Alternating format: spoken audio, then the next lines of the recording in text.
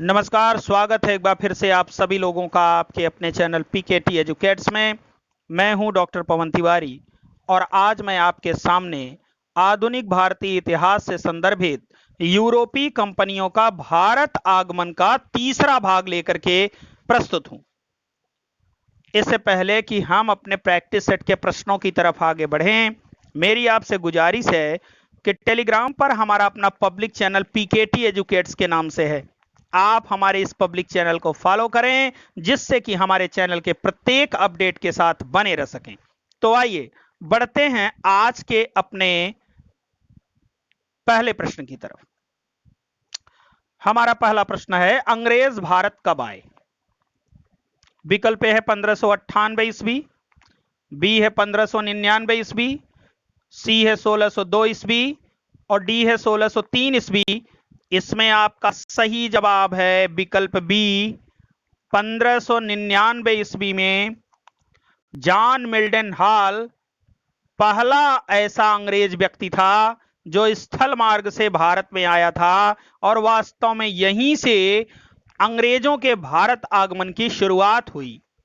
31 दिसंबर 1600 ईस्वी को ब्रिटेन की महारानी एलिजाबेथ टेलर प्रथम ने एक शाही फरमान जारी कर पूर्वी देशों के साथ व्यापार करने के लिए शेयर धारकों की एक कंपनी का नाम था ज्वाइंट स्टॉक कंपनी को 15 वर्षों के लिए एकाधिकार प्रदान किया और इस प्रकार इंग्लिश ईस्ट इंडिया कंपनी या ब्रिटिश ईस्ट इंडिया कंपनी की स्थापना हुई और वास्तव में जॉइंट स्टॉक कंपनी ही बाद में चल करके इंग्लिश ईस्ट इंडिया कंपनी के रूप में परिणत हो गई। बाद में चल करके स्टुअर्ट वंशीय शासक जेम्स प्रथम ने इस एकाधिकार को बढ़ाकर अनिश्चित काल तक के लिए कर दिया। तो कहने का मतलब सिर्फ इतना है कि 1599 ईस्वी में जॉन मिल्डन हॉल नामक पहला ऐसा अंग्रेज व्यक्ति था जो स्थल मार्ग से भारत में आया और यहीं से भारत में अंग्रेजों के आगमन की शुरुआत मानी जाती है। तो 1599 आपका यहां पर सही डेट है। आइए बढ़ते हैं अपने अगले प्रश्न की तरफ। हमारा अगला प्रश्न है, इंग्लिश ईस्ट इंडिया कंपनी की स्थापना कब हुई? अभी अभी ऊपर के प्रश्न पर चर्चा करते समय मैंने इस पर भी चर्चा किया था। 31 दिसंबर 1600 ईस्वी को ब्रिटेन की महारानी एलिजाबेथ टेलर प्रथम ने एक शाही फरमान जारी किया था। पूर्वी देशों के साथ व्यापार करने के लिए उन्होंने शेयर धारकों की एक कंपनी, उस कंपनी का नाम क्या था, ज्वाइंट स्टॉक कंपनी को 15 वर्षों के लिए एकाधिकार प्रदान कर दिया था। बाद में चल करके यही joint stock company English east India company के नाम से प्रसिद्ध हुई और इस तरह से 1600 ईस्वी में इंग्लिश ईस्ट इंडिया कंपनी की स्थापना हुई। तो विकल्प ए आपका यहां पर सही है। 31 दिसंबर 1600 ईस्वी को इंग्लिश ईस्ट इंडिया कंपनी की स्थापना हुई थी। आइए बढ़ते हैं अपने अगले प्रश्न की तरफ। हमारा अगला प्रश्न है, ब्रिटेन की महारानी एलिजाबेथ टेलर प्रथम ने इंग्लिश ईस्ट इंडिया कंपनी को पूर्वी देशों के साथ व्यापार करने के लिए कितने वर्षों का एकाधिकार प्रदान किया था?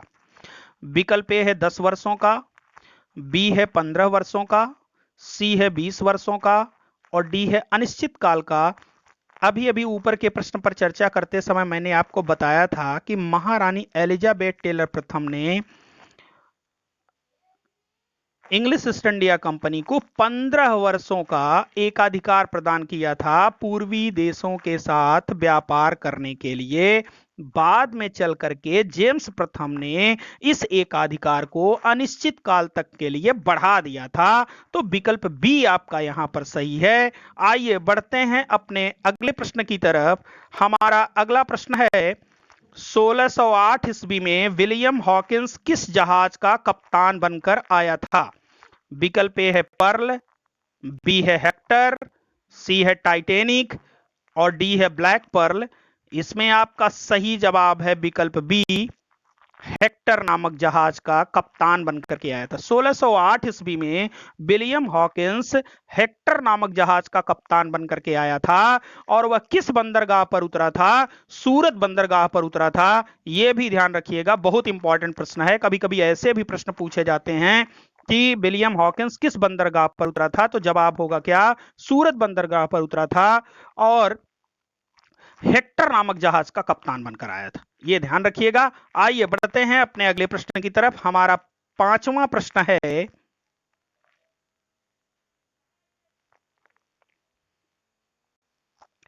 हमारा अगला प्रश्न है, विलियम हॉकिंस के समय भारत का बादशाह था। विकल्प ए है अकबर, बी है शेरशाह, सी है जहांगीर और डी है शाहजहां। इसमें आपका सही जवाब है विकल्प बी, सॉरी विकल्प सी, जहांगीर। जी हां, विलियम हॉकिंस जब भारत आया तो वह जहांगीर से मिला।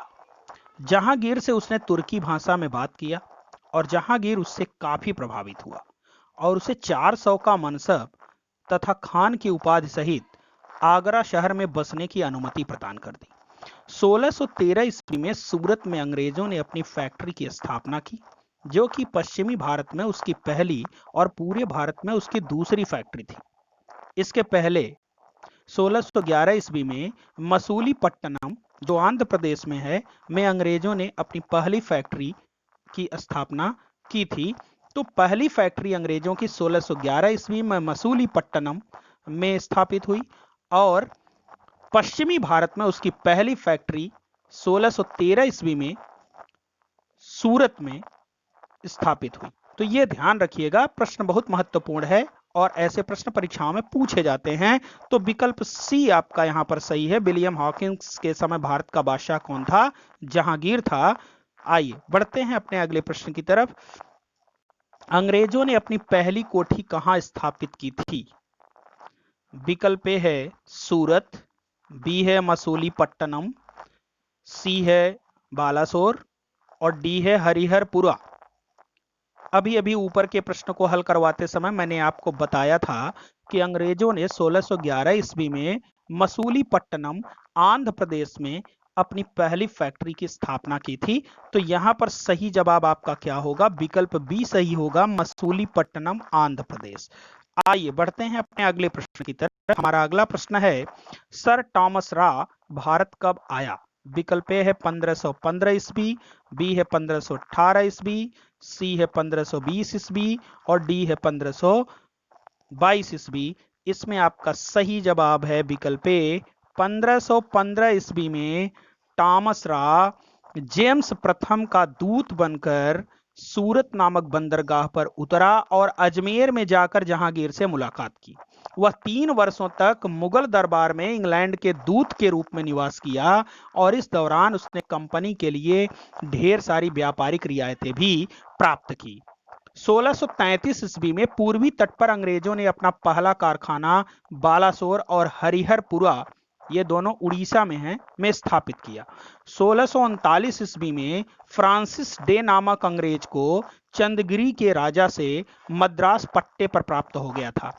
तो यहां पर अंग्रेजों ने फोर्ट सेंट जॉर्ज नामक एक दुर्ग की स्थापना की है। यह प्रश्न भी परीक्षा में कई बार पूछा गया है कि अंग्रेजों ने किस दुर्ग की स्थापना की है? तो फोर्ट सेंट जॉर्ज। ये ध्यान रखिएगा, ये कोरोमंडल तट पर है और दक्षिण भारत का यही अंग्रेजों का दक्षिण भारत में यह मुख्यालय बना। 1661 ईस्वी में स्पेन और इंग्लैंड के बीच में एक संधि के तहत युवराज चार्ल्स द्वितीय को पुर्तगाल की राजकुमारी कैथरीन ब्रगेंजा के साथ विवाह करने के लिए बंबई का बंदरगाह दहेज में प्रदान किया गया था। तो 1668 ईस्वी में इस बंबई शहर को युवराज चार्ल्स द्वितीय ने कंपनी को 10 पाउंड वार्षिक के बदले में प्रदान कर दिया। इसके परिणाम स्वरूप बंबई प्रेसिडेंसी का प्रादुर्भाव हुआ था। प्रादुर्भाव माने उदय। ये ध्यान रखिएगा। तो अंग्रेजों की दास्तान बड़ी लंबी है। 1698 ईस्वी में बंगाल के तत्कालीन सूबेदार अजीम उस शान ने सुतानाती, कालीकाता और गोविंदपुर नामक 3 गांवों की जमींदारी ईस्ट इंडिया कंपनी को प्रदान कर दी। तो इसके लिए अंग्रेजों को पुराने जमींदार इब्राहिम खान को 1200 रुपए प्रतिवर्ष देने थे। इन तीनों गांवों को मिलाकर ही आधुनिक कलकत्ता शहर को बसाया गया है। यहां की कोठी फोर्ट विलियम जिसको जो है जिसकी स्थापना 1699 ईस्वी में हुई थी, को बताया जाता है कि 1700 ईस्वी में ईस्ट इंडिया कंपनी का मुख्यालय बना। इस कोठी का नाम ब्रिटेन के सम्राट विलियम तृतीय के नाम से पड़ा था। यह भी ध्यान रखिएगा, तो फोर्ट विलियम जो कोठी थी उसे ही अंग्रेजों ने कलकत्ता में अपना मुख्यालय बनाया था 1700 ईस्वी में। तो कुल मिलाजुला करके इस तरह से सर टॉमस रा भारत आकर के अंग्रेजों के लिए तमाम रियायतें प्राप्त किया जहांगीर से। तो विकल्प ए आपका यहां पर सही है। 1515 ईस्वी में सर टॉमस रा भारत आया था। आइए बढ़ते हैं अपने अगले प्रश्न की तरफ। जॉन सुरमन के नेतृत्व में अंग्रेजों का प्रतिनिधि दल भारत कब आया? विकल्प ए है 1717 ईस्वी, बी है 1722 ईस्वी, सी है 1724 ईस्वी और डी है 1720 ईस्वी। इसका सही जवाब है आपका विकल्प ए 1717 ईस्वी। 1717 ईस्वी में जॉन सुरमन के नेतृत्व में अंग्रेज व्यापार प्रतिनिधियों का एक दल मुगल सम्राट फर्रुखसियर के दरबार में उपस्थित हुआ था। इस प्रतिनिधिमंडल में एडवर्ड स्टीफेंसन, ख्वाजा सेहुर्द, यह जो है एक अर्मेनियन दोभाषिया था, तथा जॉर्ज हैमिल्टन, यह एक सर्जन डॉक्टर था। ये लोग जो है इसमें शामिल थे। उस समय फर्रुखसियर एक बहुत भयानक फोड़े से पीड़ित था, जिसका सफलतापूर्वक इलाज हैमिल्टन के द्वारा किया गया और इस बात से फर्रुखसियर बहुत खुश हुआ और उसने कंपनी के नाम एक फरमान जारी किया जिसे एक इंग्लिश कंपनी का एक इतिहासकार जिसका नाम ऑम्स है, उसने कंपनी के इतिहास का मैग्ना कार्टा नाम दिया है।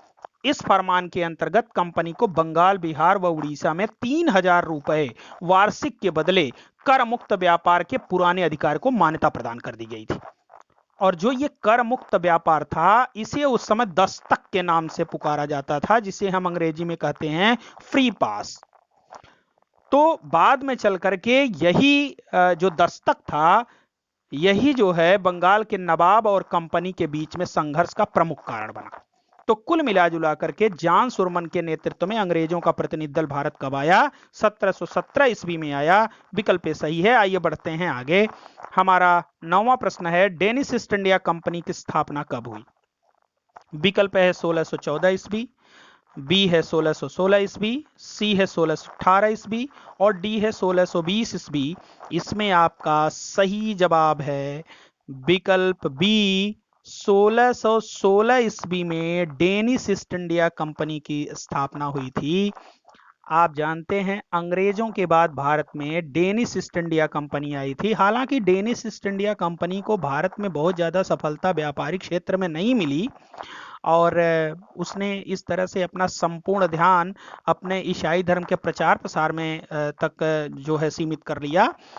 लेकिन डेनिश ईस्ट इंडिया कंपनी का भारत के अंदर जो पहली फैक्ट्री की उन्होंने स्थापना किया था, वह तंजौर जिले के ट्रैंक्वेवार में स्थापित हुई थी और 1620 ईस्वी में उन्होंने अपनी इस फैक्ट्री को स्थापित किया था।